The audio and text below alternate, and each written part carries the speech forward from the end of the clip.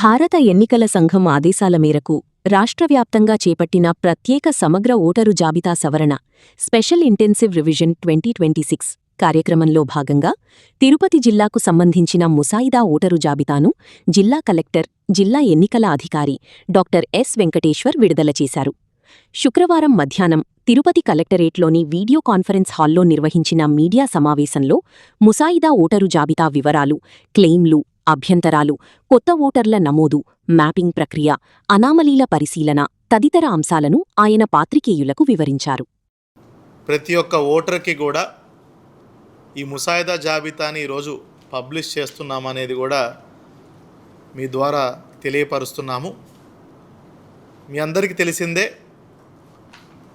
SIR start అయిన దగ్గర నుంచి కూడా ప్రతి ఒక్క యాక్టివిటీని, ముఖ్యంగా బిఎల్ఓల తాలూకా డోర్ టు డోర్ క్యాంపెయిన్ కానీ, బిఎల్ఓ బిఎల్ఏ మీటింగ్స్ కానీ, నియోజకవర్గ స్థాయిలో ఈఆర్ఓ జరిగినటువంటి పొలిటికల్ పార్టీ మీటింగ్ కానీ, జిల్లా స్థాయిలో డిస్ట్రిక్ట్ ఎలక్టరల్ ఆఫీసర్గా నేను నిర్వహించినటువంటి పొలిటికల్ పార్టీ మీటింగ్ కానీ, అన్నీ కూడా క్రమం తప్పకుండా అత్యంత ట్రాన్స్పరెంట్గా, ఎటువంటి డౌట్ లేకుండా మనము నిర్వహించడం జరిగింది.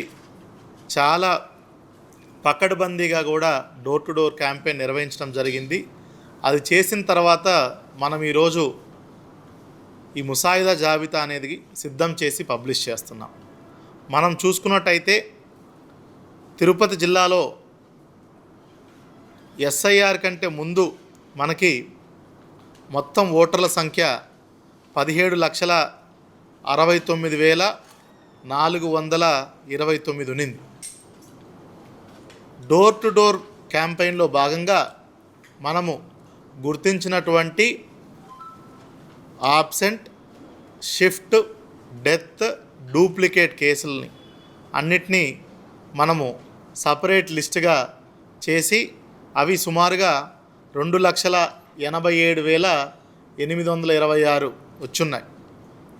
ఈ absent, shift, death and duplicate లిస్ట్లో మనకి ఎవరైతే ఎన్యూమరేషన్ ఫామ్స్ తిరిగి ఇవ్వలేకపోయారో వాళ్ళకు సంబంధించినటువంటి నంబర్స్ ఇవి. అదేవిధంగా ఎన్యూమరేషన్ ఫామ్ తిరిగి ఇచ్చిన వాళ్ళు 14,81,603. వీటిలో చూసుకున్నట్టయితే ఎన్యూమరేషన్ ఫామ్స్ తిరిగి ఇచ్చిన వాటిల్లో కూడా ఈ 14,81,603లో మనకి 1,62,230 ఇంకా మ్యాపింగ్ ప్రక్రియ పూర్తి కాలేదు. పూర్తి కానప్పటికి కూడా వాళ్ళని మనం ముసాయిదా జాబితాలో చేర్చడం జరిగింది. ఇప్పుడు మనం చూసుకున్నట్టయితే 3 కేటగిరీలు. ఒకటి, ముసాయిదా జాబితాలో వచ్చిన వాళ్ళలో 2 రకాలు ఉంటారు. మ్యాపింగ్ అయిన వాళ్ళు, మ్యాపింగ్ అవ్వని వాళ్ళు. ముసాయిదా జాబితాలో రాకుండా ఎవరైతే ఎన్యూమరేషన్ ఫామ్లు ఇవ్వని వాళ్ళలో మనము ఇందాక చెప్పినట్టు ఏఎస్డి డూప్లికేట్ లిస్ట్ అంట. సో ముందుగా ఎవరైతే మ్యాపింగ్ కాలేదో ఈ 1,62,000 మంది రేపటి నుంచి ఆగస్టు 28వ తారీఖు వరకు ఈ 4 వారాల టైంలో సంబంధిత బిఎల్ఓ ద్వారా ఏఈఆర్ఓకి కానీ ఈఆర్ఓకి కానీ వాళ్ళకి నోటీస్ వాళ్ళకి అందుతుంది. సో అండ్ సో పర్సన్ మీరు ఇంకా మ్యాపింగ్ చేసుకోలేదు అని చెప్పడం జరుగుతుంది. వాళ్ళు సంబంధిత ఓటర్ తన దగ్గర ఉన్నటువంటి ఏదైతే భారత ఎన్నికల సంఘం నిర్దేశించినటువంటి 11 డాక్యుమెంట్లో ఏదన్నా ఒక డాక్యుమెంట్ తీసుకొని దానికి అటాచ్ చేసి నోటీస్కి రిప్లై ఇచ్చినట్టయితే వాళ్ళందరినీ కూడా తుది జాబితాలో, ఏదైతే అక్టోబర్ 3న పబ్లిష్ చేసేటువంటి తుది జాబితాలో వాళ్ళందరూ వస్తారు. దీంట్లో ఈ 11 డాక్యుమెంట్లు కూడా ఇదివరకే మీకు చాలా క్షుణ్ణంగా కూడా వివరించడం జరిగింది. అందులో 1987 కంటే ముందు పుట్టిన వాళ్ళు మ్యాపింగ్ జరగకపోతే వాళ్ళది కేవలం వాళ్ళ బర్త్ సర్టిఫికెట్ ఏదైనా ఉన్నా సరిపోతుంది. 87 to 2002 మధ్యలో ఉన్న పుట్టిన వాళ్ళకి వాళ్ళ దాంతోపాటు వాళ్ళ తల్లిదండ్రుల్లో ఎవరిదన్నా ఒకటి ఇవ్వవలసి ఉంటుంది. 2002 తర్వాత జన్మించిన వాళ్ళు దాంతోపాటు వాళ్ళ తండ్రిది ప్లస్ తల్లిది కూడా బర్త్ సర్టిఫికెట్ ఇవ్వవలసి ఉంటుంది. ఇది కాకుండా మనకి 11 డాక్యుమెంట్స్లో ఎనీ అదర్ డాక్యుమెంట్ కూడా సబ్మిట్ చేయవలసి ఉంటుంది. సో దీనికోసం మనమే నోటీస్ ముందిస్తాం ఈ 1,62,000 మందికి. దానికి ఈ డాక్యుమెంట్స్తో జత చేసి రిప్లై ఇచ్చినట్టయితే ఖచ్చితంగా వాళ్ళందరిది కూడా తుది జాబితాలో వాళ్ళందరూ కూడా రావడం జరుగుతుంది. ఈ 1,62,230లో మ్యాపింగ్ కాని కేసెస్లో ఎక్కువగా చంద్రగిరి నియోజకవర్గంలో 50,866, తిరుపతి నియోజకవర్గంలో 46,280 మంది ఉన్నారు. మిగతా నియోజకవర్గాల్లో ఇంచుమించు 15,000 నుంచి 10,000 వరకు మధ్యలో ఉన్నారు. అదేవిధంగా మనకి రెండో కేటగిరీ ఏమంటే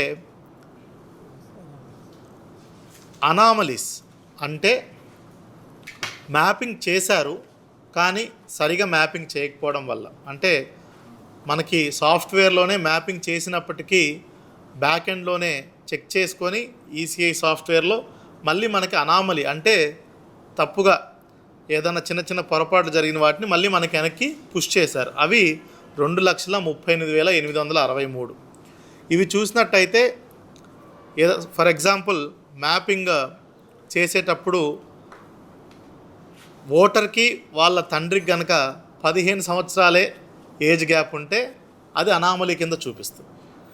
అదేవిధంగా ఇద్దరు అన్నదమ్ములై ఉండి వాళ్ళిద్దరి మధ్య ఏజ్ గ్యాప్ 11 నెలల లోపు ఉంటే వాళ్ళది కూడా అనామలీ కింద చూపిస్తుంది. ఇట్లా ఒక 10 డిఫరెంట్ కేటగిరీస్లో అనామలీస్ అవి సాఫ్ట్వేర్ పట్టుకొని మళ్ళీ మనకి అది వెనక్కి పంపించడం జరిగింది. అది 2,38,863 ఉన్నాయి. 13% అనామలీ ఉంది. ఇది స్టేట్ యావరేజ్ అనామలీ పర్సంటేజ్ 18% ఎంతో ఉంది. మనది కంపారిటివ్లీ మనకి చాలా తక్కువగానే ఉంది. సో అవి అనామలీస్ కూడా మనము నోటీస్ ఇవ్వడం జరుగుతుంది. దానికి కూడా మ్యాపింగ్కి ఎట్లయితే నో మ్యాపింగ్ వాళ్ళు ఇచ్చారో దీనికి కూడా వాళ్ళు సంబంధిత డాక్యుమెంట్లు ఇచ్చినట్టయితే వాళ్ళందరిది కూడా తుది జాబితాలో మనము వాళ్ళని చేర్చడం జరుగుతుంది. ముఖ్యంగా ఇంకోటి చూసుకోవాల్సింది ఏంటంటే ఇప్పుడు ప్రతి ఒక్క బిఎల్ఏ కూడా ఏదన్నా అబ్జెక్షన్ కానీ ఏదన్నా క్లెయిమ్ కానీ ఇవ్వాలనుకుంటే కేవలం రోజుకి 10 చొప్పున మ్యాక్సిమం ఆఫ్ 30కి మించి బిఎల్ఏ ఇవ్వకూడదు. ఒక బిఎల్ఏ మ్యాక్సిమం 30, అది కూడా ఒక రోజులో 10 దాటి ఇవ్వకూడదు. అది కూడా దయచేసి అందరు కూడా నోట్ చేసుకుని కోరుతున్నాను. అదేవిధంగా మనం చూసుకున్నట్టయితే ఈ ఏఎస్డిడి లిస్ట్ ఏదైతే 2,87,826 ఓటర్లు ఉన్నారో absent, shift, death, duplicate voters వాళ్ళకు సంబంధించి కూడా వాళ్ళు అబ్జెక్షన్ వాళ్ళు ఇవ్వాల్సి ఉంటుంది. మేము ఆల్రెడీ సో అండ్ సో ప్లేస్లో ఉన్నాము, మాకు ఇది ఉంది, ఏదన్నా ప్రూఫ్ ఇస్తే దాన్ని సంబంధిత నియోజకవర్గ ఎలక్ట్రల్ రిజిస్ట్రేషన్ ఆఫీసర్ వాళ్ళు ఇచ్చినటువంటి అబ్జెక్షన్ అదేవిధంగా డాక్యుమెంట్స్ని పరిశీలించి స్పీకింగ్ ఆర్డర్ ఇస్తారు. ఎస్సా నో అనేది చెప్పడం జరుగుతుంది. ఎందుకు ఓటర్ లిస్ట్లో చేర్చాలి లేదంటే ఎందుకు ఓటర్ లిస్ట్లో చేర్చకూడదు అనేది కూడా డీటెయిల్డ్ రీజన్స్తో ఈ ఏఎస్డిడి లిస్ట్కి సంబంధించి సంబంధిత ERO/AERO కూడా ఇవ్వడం జరుగుతుంది. సో ఇప్పుడు చూసుకున్నట్టయితే మనకి ఈ ఏఎస్డిడి లిస్ట్లో అంటే ఏదైతే ప్రస్తుతానికి ముసాయిదా జాబితాలో రాలేదో ఈ 2,87,826లో చూసుకుంటే తిరుపతి నియోజకవర్గంలో 90,882, చంద్రగిరి నియోజకవర్గంలో 50,273, వెంకటగిరి నియోజకవర్గంలో 36,497, శ్రీకాళహస్తిలో 32,836, సూళ్ళూరుపేటలో 27,946, రైల్వే కోడూరులో 26,047, సత్యవేడులో 23,345. సో ఈ లిస్టులు కూడా సపరేట్గా బిఎల్ఓ దగ్గర ఉంటాయి. ఇవన్నిటిని కూడా సంబంధిత బిఎల్ఏ మీటింగ్లో ప్రతి ఒక్కటి కూడా ఇది చదివి వినిపించి వాళ్ళ దగ్గర ఆల్రెడీ సలహాలు సూచనలు తీసుకొని వాళ్ళకు కూడా ఓకే అన్న తర్వాత వాళ్ళ సంతకాలు కూడా సేకరించి ఫైనలైజ్ చేసినటువంటి లిస్ట్ ఇది. Absent, shift, death, deletion. So ఎక్కడ కూడా ఎవరు అపోహ పడాల్సిన అవసరం లేదు, తెలియక ఓట్లు తొలగించారనేది అసలు లేనే లేదు. అన్నీ కూడా ప్రతి ఒక్క బూత్ లెవెల్లో ఆయా booth level officers, booth level agents కూర్చొని తయారు చేసినటువంటి లిస్టులు ఇది. సో దీనికి సంబంధించి కూడా ఎవరికైనా అబ్జెక్షన్ ఉంటే ఖచ్చితంగా వాళ్ళందరూ కూడా సంబంధిత బిఎల్ఓ ద్వారా ఏఈఆర్ఓ గారికి కానీ ఈఆర్ఓ గారికి కానీ మా ఓటిలాగా ముసాయిదా జాబితాలో రాలేదు, కానీ మేము ఇక్కడే నివసిస్తున్నాము, మాకు ఈ సో అండ్ సో ప్రూఫ్ ఉంది, ఇదని కూడా రాసి ఇచ్చినట్టయితే ఖచ్చితంగా స్పీకింగ్ ఆర్డర్ దాని తగ్గట్టు ఈఆర్ఓ పాస్ చేయడం జరుగుతుంది. అదేవిధంగా మనం చూసుకున్నట్టయితే క్లెయిమ్స్ కానీ అబ్జెక్షన్స్ కానీ 30 ఆగస్ట్ వరకు మాత్రమే 30 రోజులు టైం ఉంది.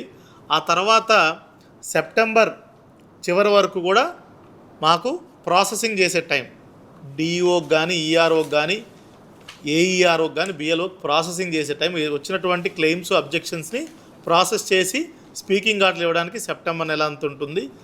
సెప్టెంబర్ 28 వరకు, అక్టోబర్ 3న ఫైనల్ లిస్ట్, ఓటర్ లిస్ట్ అనేది జారీ చేయబడుతుంది. మీరు ఇంకోటి గమనించాల్సింది ఏంటంటే, ముఖ్యంగా కొత్త ఓటర్లు ఎవరన్నా జూలై 1, 2026 నాటికి 18 సంవత్సరాలు కనుక పూర్తి చేస్తుంటే ఖచ్చితంగా వాళ్ళందరినీ కూడా మన బిఎల్ఓలు గుర్తించడం జరుగుతుంది.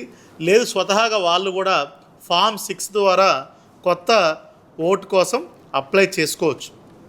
అదేవిధంగా మరీ ముఖ్యమైనది, ముఖ్యంగా మన జిల్లాలో ఫామ్ 8 అనేది చాలా ఎక్కువ వస్తుంది. ఇప్పుడు తిరుపతి, చంద్రగిరి నియోజకవర్గాలు చాలా వరకు, ఒక విధంగా చెప్పాలంటే శ్రీకాళహస్తిలో ఉన్నటువంటి రేణిగుంట, ఏర్పేడు మండలాలు కూడా ఇక్కడ ఇది వరకు ఉన్నటువంటి డీలిమిటేషన్, దీనివల్ల కారణాల వల్ల చాలామంది ఇటు నుంచి అటు, అటు నుంచి అటు, లేదా మైగ్రేట్ అవ్వడం, హౌస్ రెంట్కి మారడం, వేరే చోటుకి వెళ్ళడం, దీనివల్ల ఏంటంటే ఒక పోలింగ్ స్టేషన్ నుంచి ఇంకో పోలింగ్ స్టేషన్కి మారడం, ఇట్లా అదేవిధంగా ఒకే కుటుంబంలో ఉన్నటువంటి 3-4 వివిధ పోలింగ్ స్టేషన్స్లో ఉండటం, ఇట్లా రకరకాల కేసెస్ ఉన్నాయి.